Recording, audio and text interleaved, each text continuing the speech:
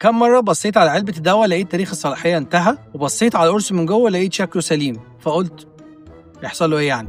مش كل الأدوية اللي منتهية الصلاحية بتسبب ضرر مباشر، بس ممكن القرص ما يشتغلش خالص أو تركيبته تختلف. يعني ممكن تاخد القرص بتاعك عادي بس هو منتهي الصلاحية وتكتشف إن ما عملش أي فعالية في جسمك خالص. وعلى فكرة تاريخ الصلاحية المكتوب على العلبة ده تاريخ مهم. طيب نعمل إيه؟ ممكن تفتح درج الأدوية وتفرز الأدوية كل 3 شهور، واللي تلاقيه انتهى هقول لك تعمل فيه ايه، ولا ما انتهاش هنسيبه في الدرج.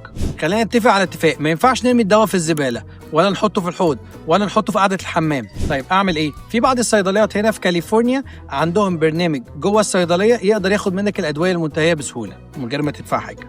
بعض مراكز الشرطه والاسعاف ياخدوا منك الادويه المنتهيه برضه. لو انت بقى فارق معاك قوي انك ترمي الدواء في الزباله، ففي اكياس بتتباع في الصيدليه جواها ماده تاخد الدواء المنتهي الصلاحيه تحطه جوه الكيس جواه ماده تتفاعل مع الدواء تحطه في الزباله بامان. من الاخر ما تغامرش بحياتك وتاخد قرص دواء منتهي الصلاحيه. الدواء ليه تاريخ بعد انتهائه وما ينفعش يبقى عليه.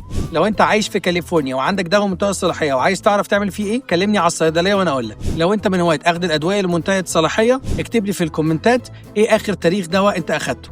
انا بيتر واصف، صيدلي مصري من شبرا، عايش في كاليفورنيا، ودي شبرا فوني. اشوفكم الفيديو اللي جاي.